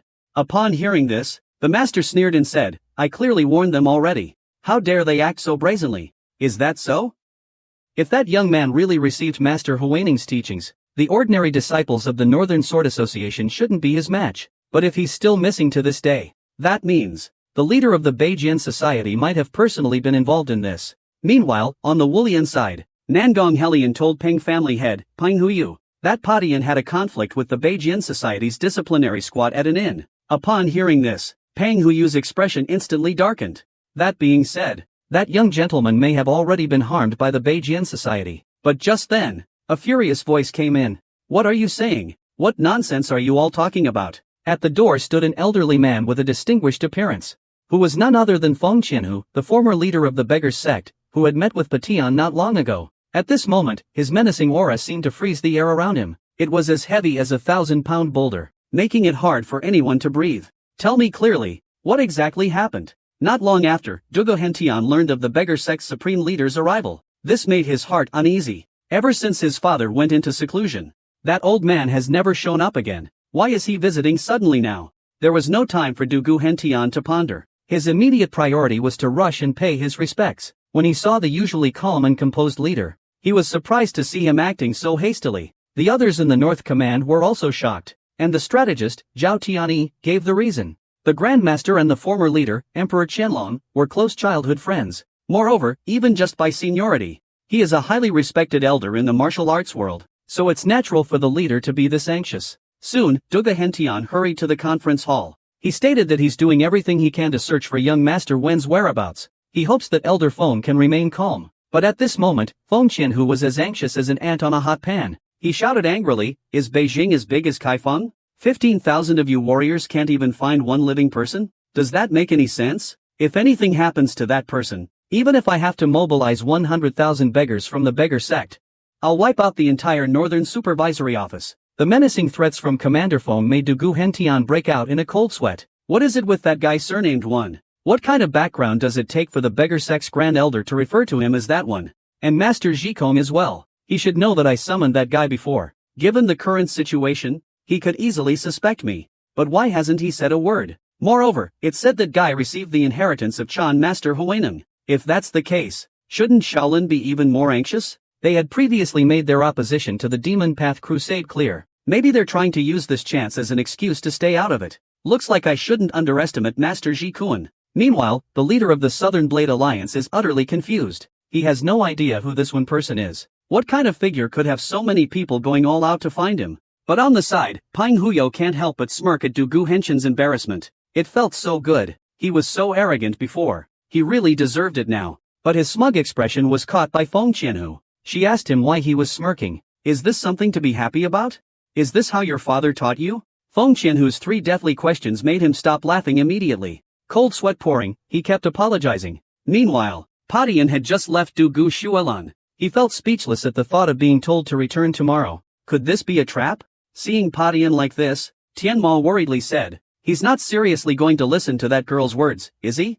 You're not falling for him, are you? The first time he met you, he dared to entrust his future to you. Don't you think that's strange?" At this, Padian waved his hand, indicating that perhaps he couldn't understand. But he could understand his feelings. I don't think he would look at me with that gaze and lie. However, upon hearing this, the demon lord cursed Padian out. That girl might just become your enemy in the future. Love and all that. It's nothing but an illusion. It's all just useless nonsense. But as for the demon lord's words, Padian completely ignored them. He slightly curled his lips, telling him to mind his own business. The enraged demon could only grit his teeth in frustration. He cursed inwardly that the young man was utterly unreliable. He was already busy enough just restoring my name in the martial world. At that moment, Patian also noticed the noisy crowd of Beijian nearby. He couldn't understand why they were running around in such a commotion, so he stepped forward to inquire. The man explained that someone had gone missing, so Beijian entered a level 1 emergency state, but they didn't know what the missing person looked like. Even if they wanted to search, they couldn't find him. Upon hearing this, Patian immediately asked for the person's name, but when he heard his own name, he was utterly shocked. Meanwhile, in the council hall, Du Hentian anxiously asked Zaoshian if there was any news. He regretfully said there's no news yet. Hearing this, Pang Hu snorted coldly, "Do you really feel regret?" At this, Zhao Tian immediately turned and angrily scolded him. "What nonsense are you talking about?" Pang Hu directly brought up the conflict between Nepotian and the Northern Sword Society. "I heard the Jade-Faced Dragon made the Northern Sword Society lose face, but now he's gone missing in your core territory. Isn't that obvious enough?" Zhao Tian was left speechless by these words, but they clearly hadn't done anything like that. They could only grit their teeth, saying it was all his nonsense. And now Commander Feng was about to lose his mind, cursing at them to shut their mouths. But at that moment, Patian's appearance instantly grabbed everyone's attention. He looked awkwardly at the people in front of him. He didn't expect to cause such a huge commotion. What on earth is going on? Seeing Patian appear, Feng Qianhu immediately rushed towards him. With a thud, he knelt down before him. "Your Majesty, it's good to see you safe and sound." Upon witnessing this scene, everyone was taken aback. The Supreme Leader actually referred to that young boy as Your Majesty. It's important to note that Feng Qianhu was one of the true highest elders in the martial world today. Someone of such status actually knelt before him. Who exactly is this man? Patian also noticed the strange looks from everyone. He quickly whispered to Feng Qianhu to think of a solution. Otherwise, they'll all start to suspect him. Feigning nonchalance, Feng Qianhu laughed loudly. "Young Master One, you suddenly disappeared and scared us half to death. I was so scared, I started talking nonsense, calling you the Lord. In response, Po Xiang hurriedly said this is understandable. After all, the leader has always treated me like a grandson.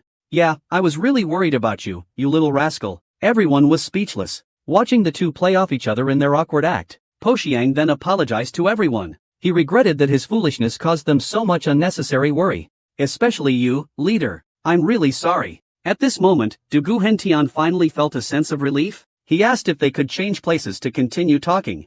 Then they all sat around a dining table. The atmosphere in the air was somewhat strange. Du Guhentian poured a drink for Patian, but deep down, he didn't believe that a sly old fox like Feng Qianhu would say something wrong. I am incredibly curious about this sudden arrival of the boy. He must uncover the true identity of the jade-faced divine dragon. The boy merely swung his sword lightly, yet he displayed the edge of a top-notch master. It's important to know that this can only be achieved through the unity of man and sword. Yet now it is being mastered by a youth who hasn't touched a sword in 18 years. And before this, after the return of Patian, Du Guhentian held a banquet for him. Everyone is enjoying themselves. They are fully immersed in it. However, two people feel quite uneasy. At this moment, Nangong Helian is already sweating profusely. He doesn't understand why. He is sitting here. This is a gathering of leaders from various martial arts factions, and Patian feels completely uncomfortable as well. This group of people actually honored him by sitting in the main seat. All of this is due to the former leader of the beggars sect, Feng Qianhu, being a monarch.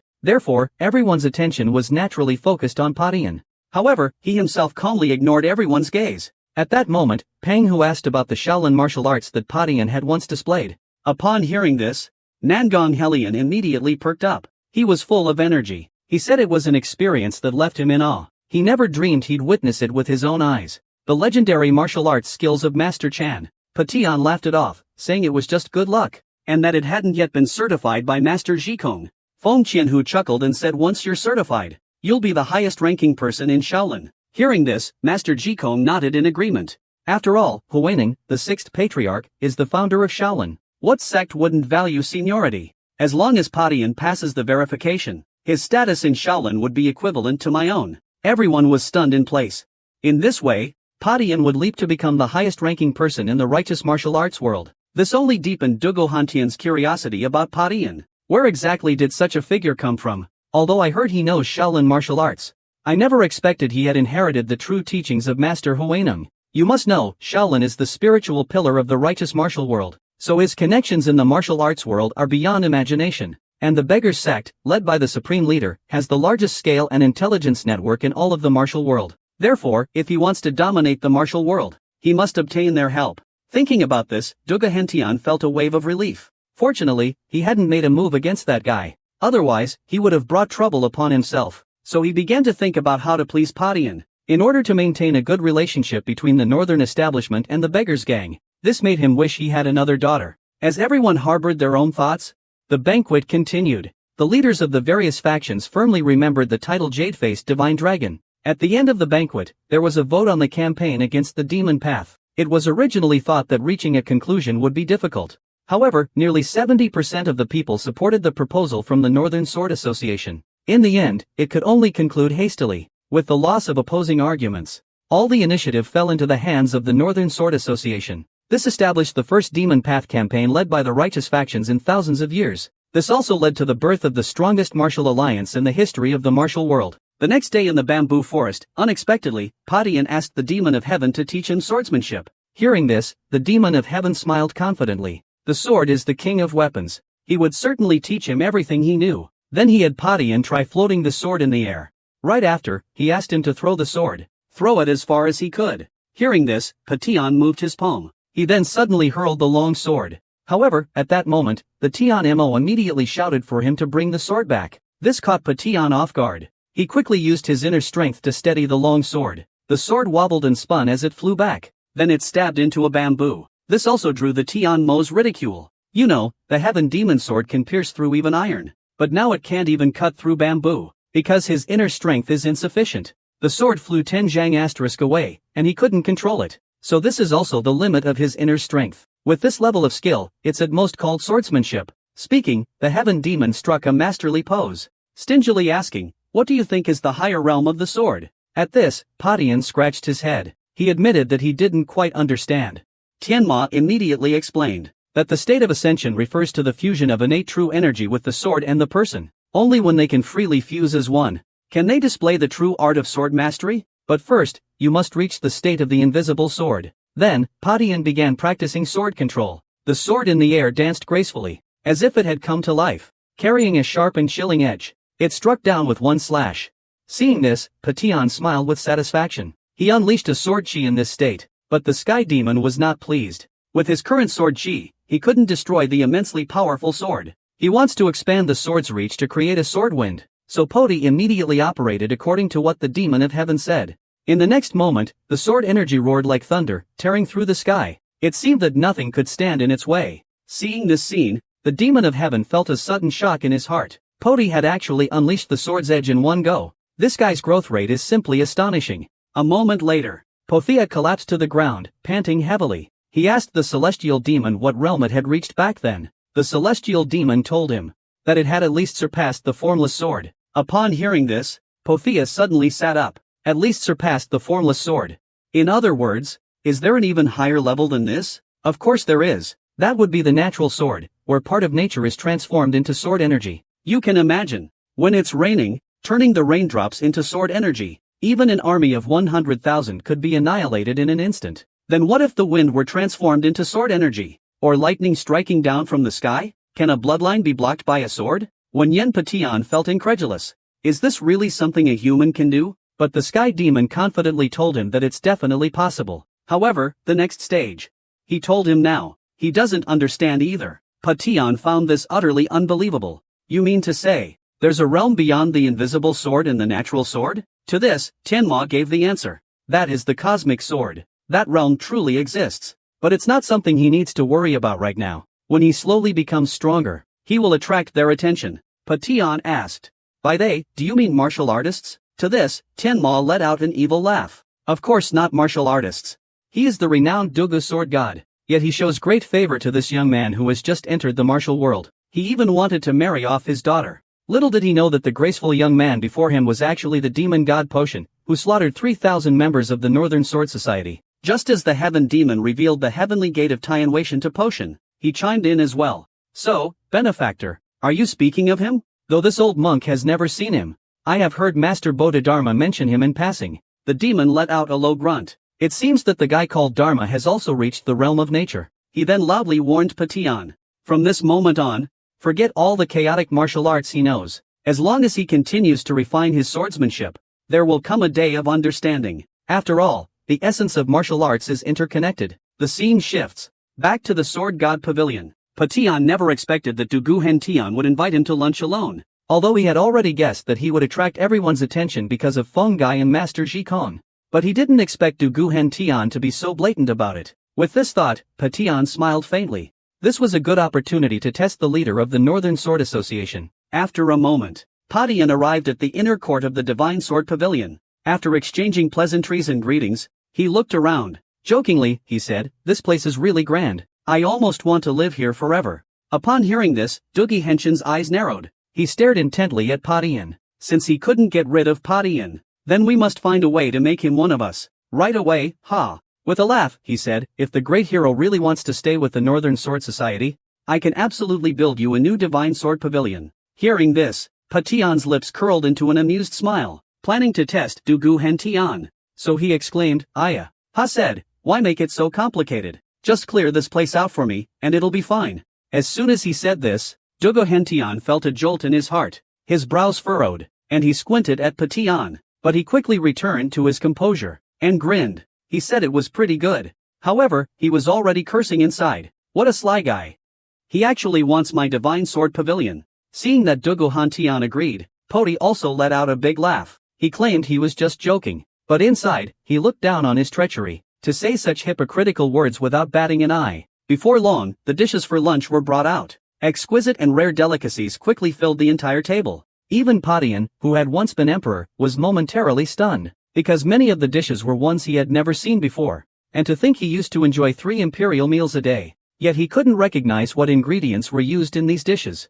It's unimaginable how extravagant this guy's life is. Seeing Potion's appearance, Dugu Hentian was very satisfied. He quickly urged him to taste the culinary skills of their Divine Sword Pavilion's kitchen. It was truly remarkable. You could even say it's better than the imperial chefs in the palace. Hearing this, Potion's mouth twitched. I suddenly felt a surge of anger. Then I put away my smile. Seriously, I asked, are you really planning to crusade against Mo Daolien? Duga Hentian Baisho said that the matter had already been decided by vote. After all, it's what the people want, the trend of the times, so I had no choice but to follow them. Upon hearing this, Patian silently cursed in his heart. What a disgusting guy. Clearly, he planned all of this himself. Then he asked what his plan was to fight the demonic sect. Duga Hentian stroked his chin, thinking slightly. First, we need to establish the martial alliance. I think this will take at least a year.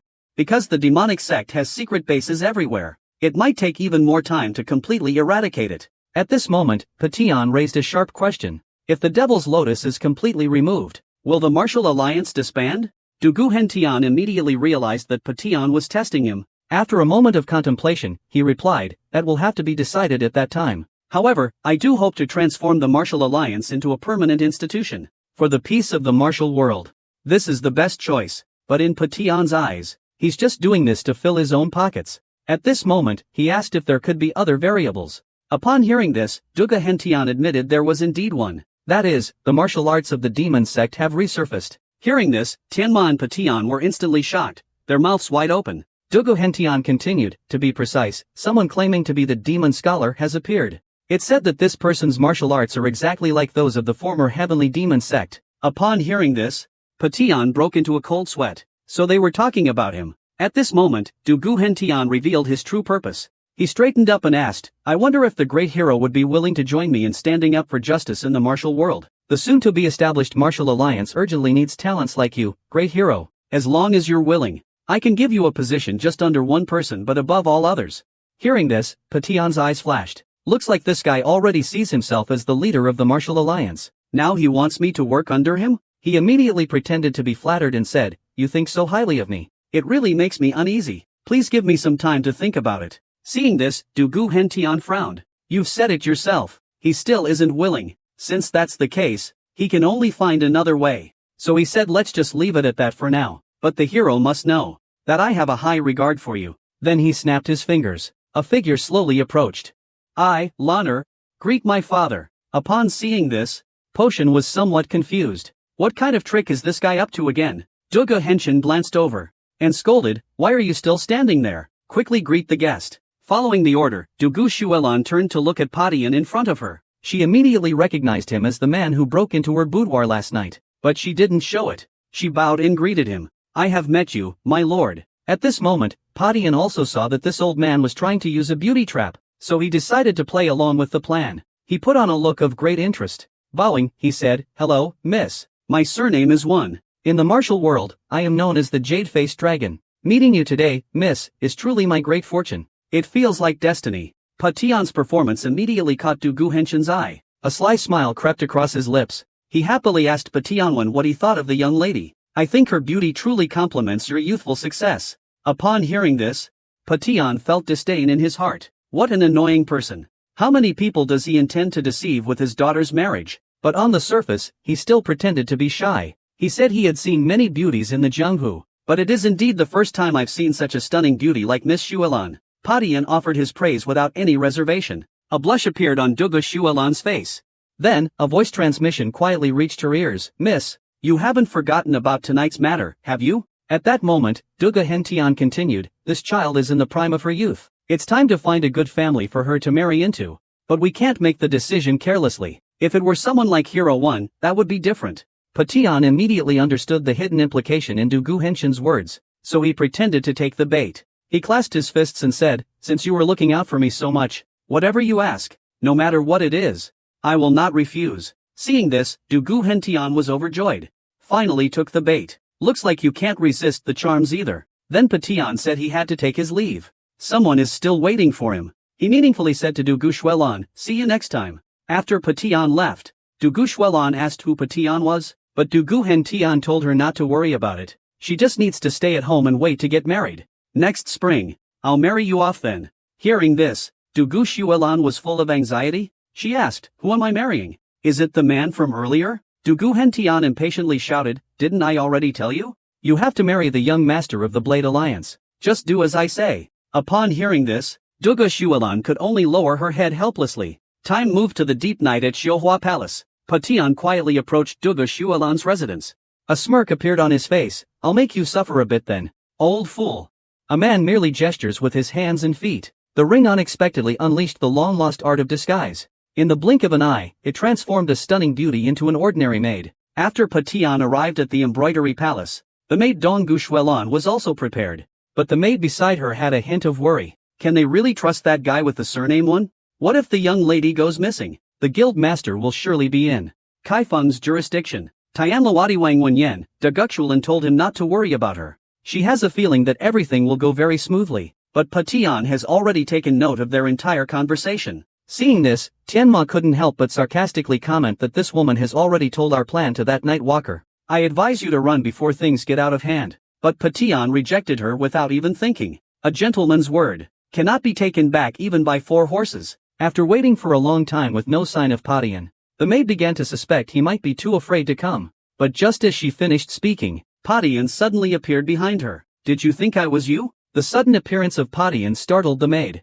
I was suddenly taken aback. When did this guy get so close to me? He's right beside me. I didn't even notice. The maid's familiar gaze also reminded me of someone. He was the one who rode by on a black horse that day. Hearing this, the maid immediately recognized me. "So you're the crazy person from back then?" Patian snorted in disdain. "You still have the nerve to call me a madman? Who else could gallop through a crowded street like this? I think you're the real madman here." At that moment, the maid yanked off her mask. She insisted that they couldn't hand the young lady over to a stranger like him, but Patian acted as if he hadn't heard her. He walked straight past her, ignoring him completely. He approached Dugu Shuelan and asked if he was ready. Dugu Shuelan responded, "Okay." As she spoke, she dragged out a large sack of luggage. She said it was full of her clothes, jewelry, and other things. But Patian grabbed the sack in one swift motion. He told her to leave it all here. She only needed to come with him. At that moment, a maid strode over quickly. Patian suddenly thought of a possibility that made him break out in a sweat. "Are you really going to follow along too?"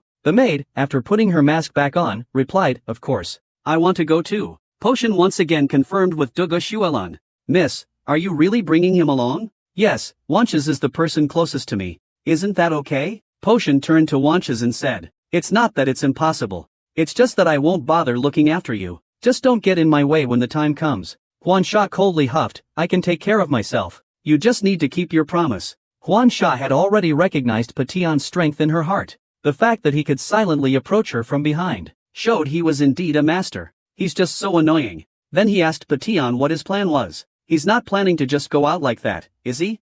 Even though the two of them could just leave.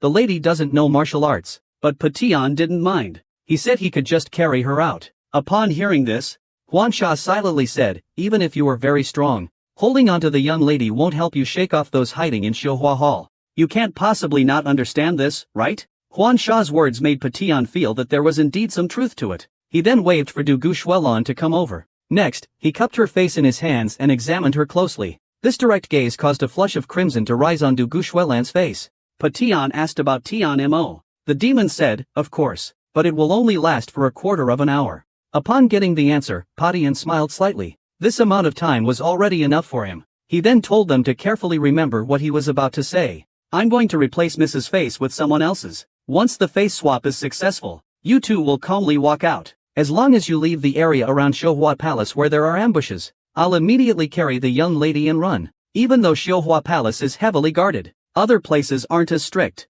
And today there's a banquet happening, so the security will be even more lax. Then Patian will have Huansha find a maid, preferably someone who often goes in and out of Xiuhua Palace. I need to see his face. Soon you'll witness the wonders of the prodigy. A moment later, Huansha brought over a maid. Meanwhile, Patian was hiding nearby, watching his face. But Huansha felt a surge of anxiety, unsure if everything was going smoothly. He couldn't sense Potion's hidden presence at all. But suddenly, a voice broke through to his ears.